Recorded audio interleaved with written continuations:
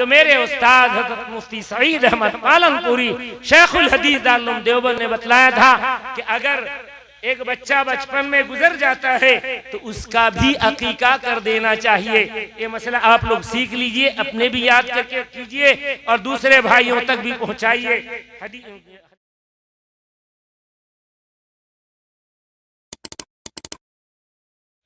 बोलो, आपके गांव के मुअज्जिन साहब टाइम होने से पहले अगर अजान दे दे, बेचारा 40 साल से मुअज्जिन है, अगर टाइम से पहले दे दे, आप बर्दाश्त कर लेते हो?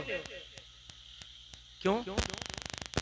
अरे एक मरतबा हो गया, नमाज कबूल कर लो ना, अजान हुआ नहीं, क्यों ना? वो टाइम अल्लाह लाए नहीं, अल्लाह की तरफ से इजाजत मिली नहीं, मुअज्जिन की क्या मजाल की वो अजान खड़ा होके दे दे, दोबारा दिलवाया जाता है वो अजान अजान नहीं जो रब के फरमान के खिलाफ है। रब का फरमान हो गया, वक्त आ गया, अब मुअज्जिन खड़ा होके अल्लाह की तरफ से मुनादी, ऐ मुसलमान मर्द, ऐ मुसलमान औरत सुन लो, अल्लाह कहता है अल्लाह बड़ा है, अल्लाह बड़ा है। न तुम्हारा तिजारत, न तुम्हारा सोना, न तुम्हारी जायदाद, न तुम्हारा कोई बड़े से बड़ा ऑफिसर, न तुम्हारा कोई बड़े से बड़ा जिगरी दोस्त अल्लाह से बड़ा हो सकता है। सब छोटे हैं, अल्लाह बड़ा। जब अल्लाह बड़ा है, गवाही देने आ जाओ, अशहदु अल्ला इलाहा इल्लल्लाह, कामयाबी की तरफ आ जाओ, नमाज की तरफ आओ, कामयाबी की तरफ आओ।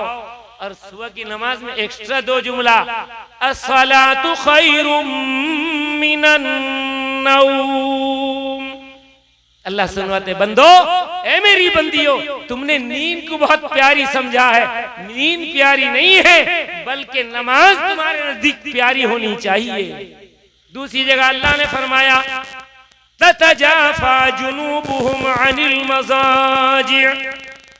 मेरे बंदे ऐसे, मेरी बंदियां ऐसी लाडली हैं जो अपने पसलियों को अपने आरामगाह से एक वक्त में जो तहज्जुद का है अलग कर लेते हैं, फेंकते हैं आराम दे बिस्तरे को और निकल जाते हैं। इस्तिंजे से फारिग हुए, वजू किया और अपने रब के सामने 4 रकात, 8 रकात, 12 रकात तहज्जुद पढ़ लेते हैं। 4 ही पढ़ लो, तब भी अल्लाह खुश हो जाता है कि मेरे बंदे मेरे लिए उठ गए।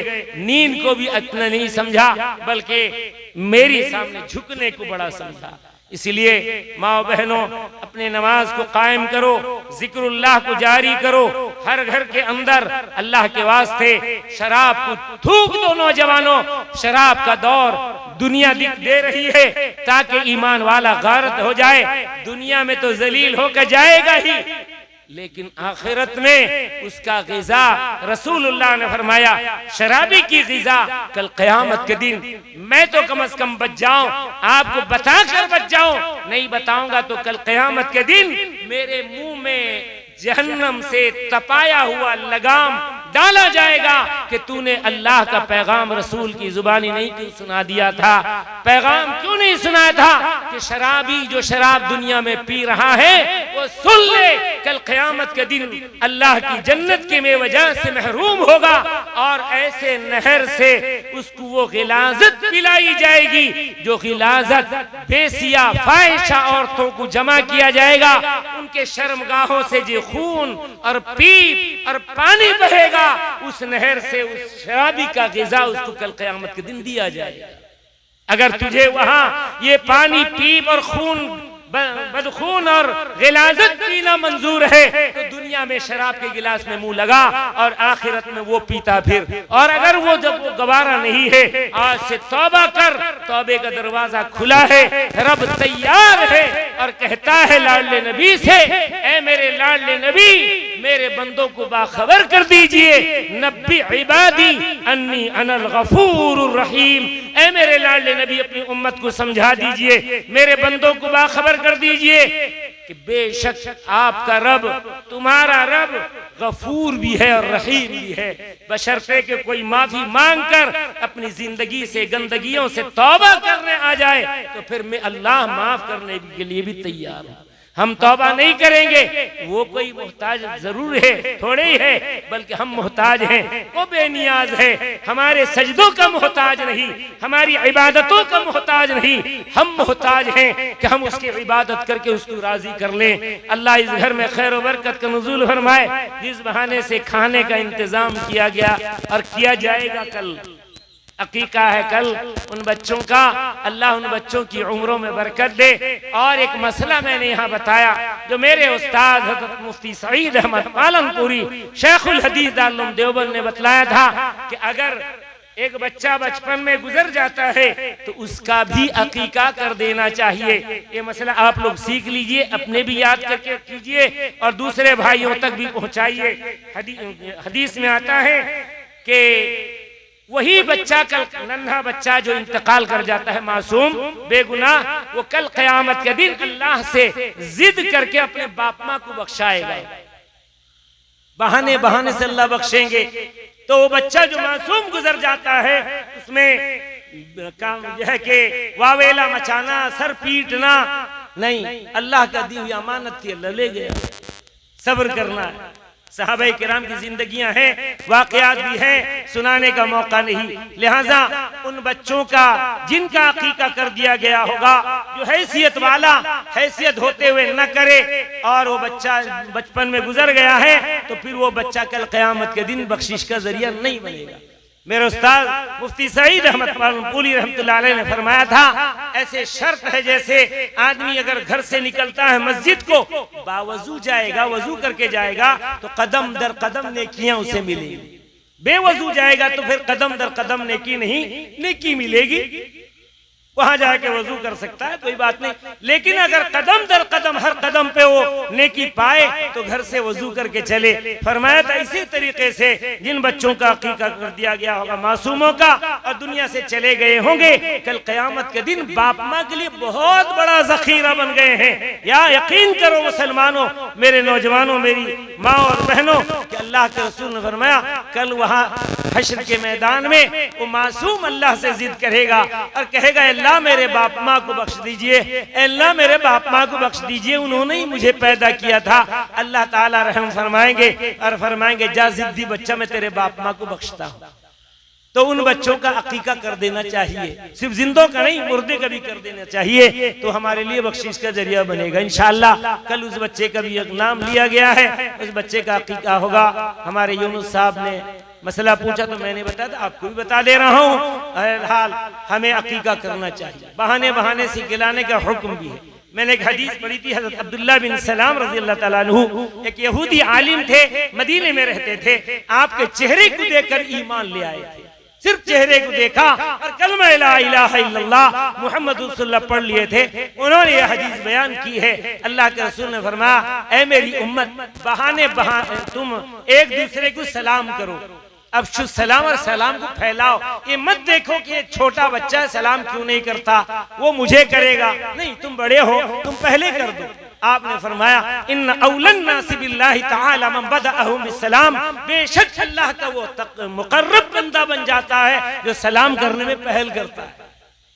तो बड़ा न देखे कि ये छोटा है मैं क्यों करूं, नहीं, अल्लाह का मुझे मुकर्रब बनना है, अल्लाह का मुझे लाडला बनना है, अल्लाह मुझसे राजी हो जाए। एक नन्हा सजा अस्सलामु अलैकुम, अब वो बच्चा सीख लिया, बार बार आपसे सुना सीख लिया। अब जब तक वो किसी सलाम करता रहेगा उसका अजर और सवाब हमेशा मेरे नाम अमल में लिखा जाता रहेगा कि मैंने उसे सिखा दिया, मैंने उसे आदत डाल दी। लिहाजा सलाम को फैलाओ, आका ने अब सलाम व अतइमु ताम, बहाने बहाने से खाना खिलाओ अल्लाह के बंदों। तो एक बहाना अकीका भी है, इम्तिहान में पास हो गया, दो चार दोस्तों को बुलाए, घर में अच्छा अच्छा खा लिए, ये भी खिलाना हुआ, ये भी सुन्नत पर अमल हुआ। घर में कोई बच्चा मुलाजमत कर लिया, पहली तनख्वाह पाई, दो चार हाफिज को, मदरसे के तलबा को, उलमा को बुलाया, अपने दोस्त को बुलाया, खिला दिया। अल्लाह के रसूल फरमाते हैं ये भी बहुत बढ़िया चीज है, ये अमल अल्लाह को बहुत पसंद है। अब शुभ सलाम अतइमु ताम, दो काम हुआ, सलाम फैलाएंगे इंशाअल्लाह, जोर से बोलो, सबसे पहले सलाम हम करेंगे, जो करेगा अल्लाह का वो मुकर्रब बनेगा। सिर्फ नमाज पढ़ने से नहीं, नमाज के साथ साथ ये सलाम भी आम करेंगे। अफ्शुस्सलाम अतइमुत ताम, बहाने बहाने से खाना खिलाएंगे। फिर आखिर में तीसरी बात फरमाई वसल्लु वन्नासु नियाम, पंजगाना तो नमाज पढ़ेंगे तो जोर से हाथ उठाओ, अहद करो अब से हमारी नमाज नहीं छूटेगी, जितने की छुट्टी है हम उनको बुला करके लाएंगे और उसको जहन्नम से बचाएंगे। बहरहाल ये जिम्मेदारी हमारी है। तो हम ये 5 नमाज के अलावा एक और नमाज की तरफ रसूलुल्लाह इशारा कर रहे हैं। वो ये इशारा है कि तहज्जुद की भी 2-4 रकात, 8 रकात, 12 रकात मेरी उम्मत पढ़ ले। तो एक सलाम फैलाना, दूसरा बहाने बहाने से खाना खिलाना, तीसरा ऐसे वक्त में नमाज पढ़ना जब सारी दुनिया सो रही है और वह है तहज्जुद की नमाज। 4 ही रकात के लिए उठ जाओ ना, पानी कस के पी लो, इस नियत से पी लो कि यकीनन पेशाब के लिए जागूंगा तो वजू करके 4 रकात पढ़ लूंगा, फिर अलार्म दे के सो जाऊंगा, फजर की नमाज के लिए उठ जाऊंगा। कर सकता है कि नहीं कर सकता है? एक बंदा, एक औरत कर सकती है कि नहीं कर सकती? अल्लाह के सामने झुकने के लिए कर सकती है, करती नहीं है। बस ये है कि हम करें, हम इस पर अमल पैरा हो, अल्लाह खुश हो जाएंगे।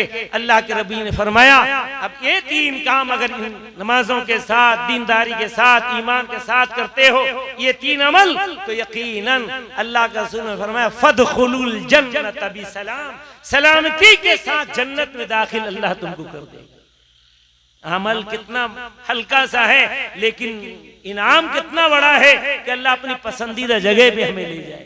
और बाप माँ के कदमों के नीचे जन्नत आपने फरमाई है। बाप माँ की खिदमत करेंगे, उनकी राजी रखेंगे, अल्लाह ताला हमसे राजी हो जाएगा। और जन्नत जो माँ के कदम के नीचे है, और जिस जन्नत का दरवाजा मेन गेट अल्लाह ने बाप को बनाया है, ये मेन गेट खुश रहेगा, बाप खुश रहेगा तो मेन गेट खुलेगा। अब माँ खुश रहेगी तो जन्नत में एंट्री और दाखिला होगा। ये दोनों के दोनों अगर नाराज हो गए तो अल्लाह के रसूल ने फरमाया जो बाप माँ को सताते हैं वो जन्नत की खुशबू से भी महरूम कर दिए। अल्लाह मेरी भी हिफाजत फरमाए, हम सबकी हिफाजत फरमाए और इस घर में अल्लाह खैर व बरकत का नुज़ूल फरमाए। वो बच्चा जिसका नाम शेख अयान मोहम्मद मरहूम, जो बच्चा गुजर गया था, उसकी माँ की नीयत थी कि मैं एक जलसा कराऊंगी। चलो इस जलसे में इतना फायदा हुआ कि मसला जो है मुर्दा बच्चे के लिए करके हमें आखिरत में एक जखीरा बनाने का मौका अल्लाह ने दिया। मैंने आपके सामने अर्ज किया है, अल्लाह हम सबके कहने सुनने को कबूल फरमाए। इन उलमा की हाजिरी को, इन उलमा हुफ़ाज़ किराम की हाजिरी को अल्लाह कबूल फरमाए और हम सबको दुनिया और आखिरत दोनों जहाल की भलाई नसीब फरमाए। इन्हीं चंद कलिमात के साथ अपनी बात को खत्म करता हूँ। वमा अलैना इल्लल बलाग।